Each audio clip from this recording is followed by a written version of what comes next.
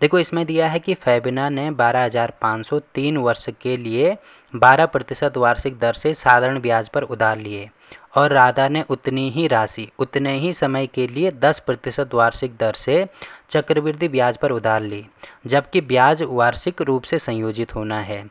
किसे अधिक ब्याज का भुगतान करना है और कितना अधिक करना है ये हमें निकालना है। देखो सबसे पहले तो इसमें दिया है कि दो लड़कियां हैं, पहली का नाम है फैबिना और दूसरी का नाम है राधा। अब क्या कर रहे हैं, वो बैंक से उधार ले रहे हैं 12,500, क्योंकि इसमें दिया है ना उतनी ही राशि, मतलब फैबिना भी 12,500 ले रही है और राधा भी 12,500 बैंक से लोन ले रही है। अब कितने साल के लिए, 3 साल के लिए। और कितने प्रतिशत वार्षिक दर से, देखो फैबिना ले रही है 12% वार्षिक दर से और ये वाली ले रही है 10% वार्षिक दर से। एक ले रही है साधारण ब्याज के हिसाब से, एक ले रही है चक्रवृद्धि ब्याज के हिसाब से। तो यहाँ पे सबसे पहले तो हमें यहाँ पे निकालना होगा इनका साधारण ब्याज और चक्रवृद्धि ब्याज पहले निकालना होगा। तो पहले यहाँ पे लिखेंगे फैबिना के लिए। तो देखो पहले फैबिना है तो यहाँ पे लिखेंगे फैबिना द्वारा लिया गया साधारण ब्याज, क्योंकि ये साधारण ब्याज भी ले रही है। अब देखो इसमें हमें मूलधन दिया है, मूलधन का मतलब पी का मान हमें दिया है यहाँ पे 12,500, ठीक है। उसके बाद आर का मान भी हमें दिया है 12% है और टाइम भी हमें दिया है किसके बराबर है, 3 वर्ष है या 3 साल है, ठीक है।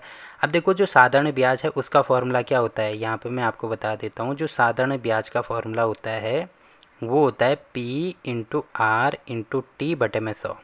काफ़ी आसान फार्मूला होता है, ये आपको याद रखना है।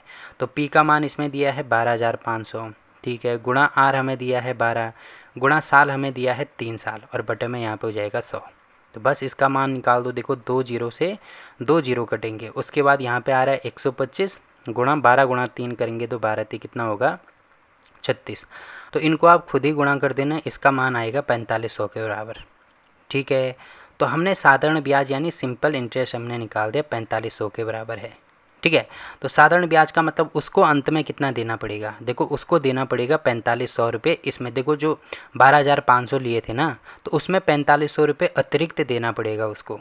फैबिना का तो हमने निकाल दिया, सेम टू सेम यहाँ पे राधा के लिए भी हम निकालेंगे।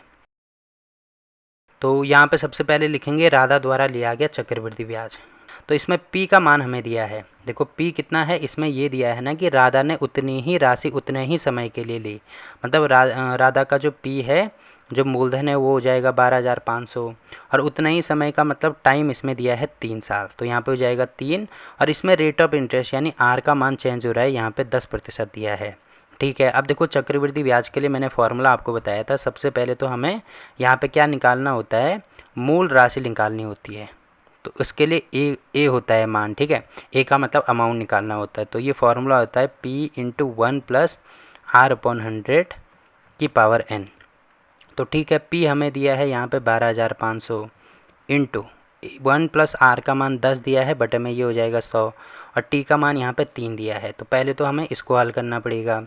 तो ठीक है, इसको हल कर दो, ये हो जाएगा यहाँ पे 12,500 इंटू यहाँ पे हो जाएगा, इसका गुणा करेंगे इसके साथ में, तो या तो इसको सीधे यहाँ से इससे काट दो, तो ये हो जाएगा 10 और 1 11 बटे में 10, तो इसकी वैल्यू 3 हो जाएगी। और यहाँ पे ये हो जाएगा 12,500 गुणा 11 बटे में 10, 3 बार गुणा करेंगे 11 बटे में 10 गुणा 11 बटे में 10, ठीक है। अब देखो एक जीरो से ये जीरो कैंसिल, ये वाली जीरो से ये वाली जीरो कैंसिल, ठीक है। फिर इसको गुणा करेंगे तो गुणा करके टोटल यहाँ पे कितना आएगा मैं आपको बता देता हूँ डायरेक्ट, ठीक है। तो यहाँ पे अगर मैं 10 से इसको काटता हूँ तो ये हो जाएगा यहाँ पे 12.5 गुणा 11 का क्यूब, ये है तो 11 का क्यूब होता है 1331 के बराबर।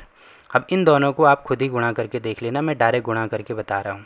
तो अमाउंट में यहाँ पे डायरेक्ट लिख रहा हूँ, कितना आएगा, इन दोनों को गुणा करके हमारे पास आएगा 16,637.5। तो यहाँ पे आएगा 16,637.5 के बराबर।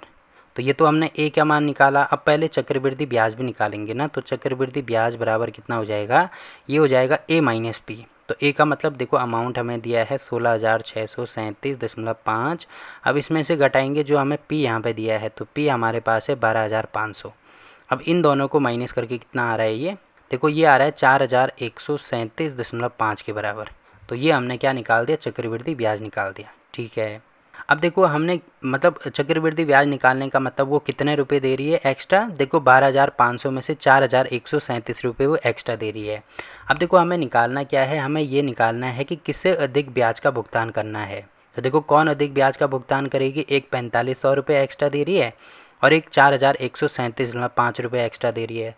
तो इसका मतलब ये वाली, क्योंकि ये 4500 ज़्यादा दे रही है ना, तो इसका मतलब फेबिना ज़्यादा ब्याज देगी। तो यहाँ पे ये चीज़ लिखनी भी होगी, फेबिना ज़्यादा ब्याज देती है। और अब ये भी लिया है कि कितना अधिक, तो देखो एक दे रही है 4500 और एक दे रही है 4137.5। तो कितना अधिक, इन दोनों को हम घटाएंगे। जैसे अगर मेरे पास 10 रुपये हैं, किसी दूसरे बंदे के पास 6 रुपये हैं, तो मेरे पास कितने अधिक रुपये हैं, 4 रुपये अधिक हैं। किससे, 6 रुपये से। कैसे पता लगा, बड़ी संख्या में से हमने छोटी संख्या घटाई। तो सेम टू सेम बड़ी संख्या में से छोटी संख्या घटाएंगे। तो यहाँ पे घटाएंगे, देखो ये है 4500 और 4137.5 रुपये घटाने हैं। तो यहाँ पे कुछ नहीं है, तो दशमलव जीरो मानते हैं ना। तो देखो यहाँ पे छोटी संख्या है, यहाँ पे बड़ी संख्या है, तो यहाँ से हाथ से लेनी होगी। तो 10 में से 5 गया, यहाँ पे होगा 5। फिर यहाँ पे 9 बचा, 9 में से 7 गया, यहाँ पे होगा 2। यहाँ पे भी 9 बचा, 9 में से 3 गया, यहाँ पे हो जाएगा कितना, 6। ठीक है। फिर यहाँ पे 4 बचा, 4 में से 1 गया, यहाँ पे हो जाएगा 3। तो ये आ रहा है 362.5 के बराबर।